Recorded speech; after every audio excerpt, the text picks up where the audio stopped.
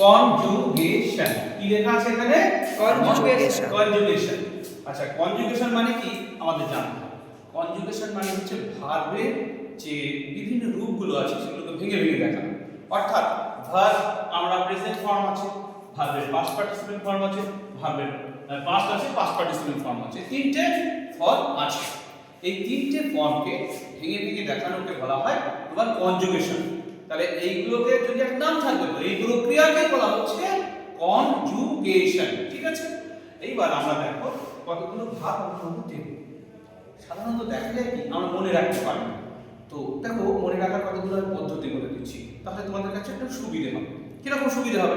ধরো আমরা সবাই খাওয়া দাওয়া করি, এটা তো ঠিক, ঠিক তো? হ্যাঁ। আচ্ছা, সেই খাওয়া ইংরেজি ইট। হ্যাঁ, আচ্ছা আমার সঙ্গে বলবে জিজ্ঞাসা করলে তার ফার্স্ট টেন্স এট, তারপরে হচ্ছে ইটেন। ইটেন, সবাই বলবে। তাহলে ইট, এট, ইটেন মনে রাখলাম।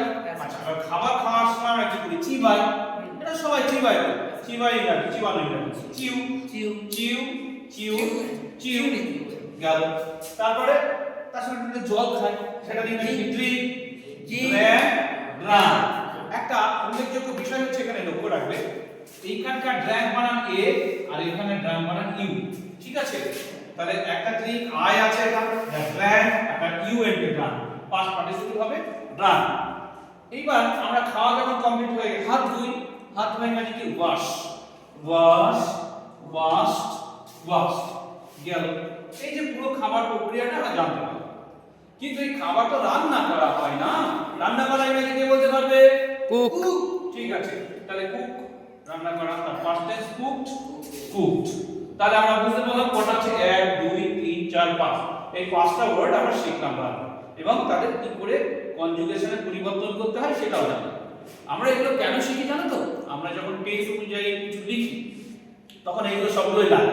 পাস্ট টেন্স লিখতে গেলে একটা, আবার আমরা যখন পারফেক্ট টেন্সে কিছু লিখি তখন পাস্ট পার্টিসিপল লাগে। সেই জন্য এগুলো আমাদের সবগুলো করে রাখতে হবে।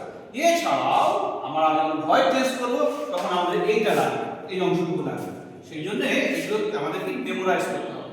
তো সুতরাং আজকে তোমাদের এইটুকুই দিলাম, আর এইটুকু খুব সুন্দর করে পড়বে। ঠিক আছে, তাহলে আজকে এই পর্যন্ত।